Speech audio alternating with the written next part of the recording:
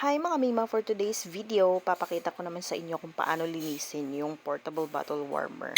Since gusto din ni Mami na Shiba na makita, so tara, samahan niyo ko.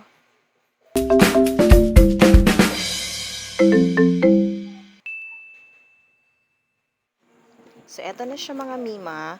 Since nasa bahay lang ako, so ito yung gagamitin ko, yung pure cotton dry wipes ng Unilab at saka yung feeding bottle cleanser din nila. So, ang gagamitin ko dito is lalagyan ko siya ng tubig. I-dilute ko siya ng tubig. Tapos, hahatiin ko yung yung dry wipes, no? For the budget ang person, mga Mima.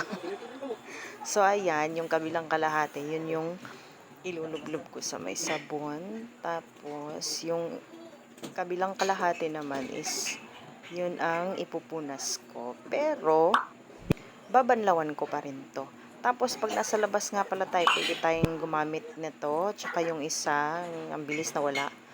Pero ako yung gamit ko is yung yung sanitizer spray ng Medela. Or yung quick clean na wipes. So, ayan. After pala nung sabon is binanlawan ko syempre no ng tubig. Tapos, ito naman yung mga parts ng portable warmer na hinuhugasan talaga. So, ang ginagawa ko is tinatanggal ko yung mga rubber and sinasabon ko talaga para hindi mamuo ang mga gatas na dumidikit dyan. So, ayan. For the hugas ang first one, mga Mima. Ayan. Babanlawan syempre para matanggal yung sabon. And after nito is isa-sanitize ko ito or sterilize since may nakasalang na din dito.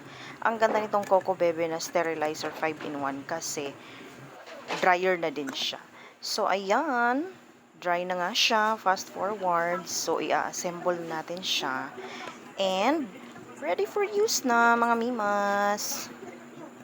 So ayan, ready to for next use ulit. So thank you for watching. Bye-bye!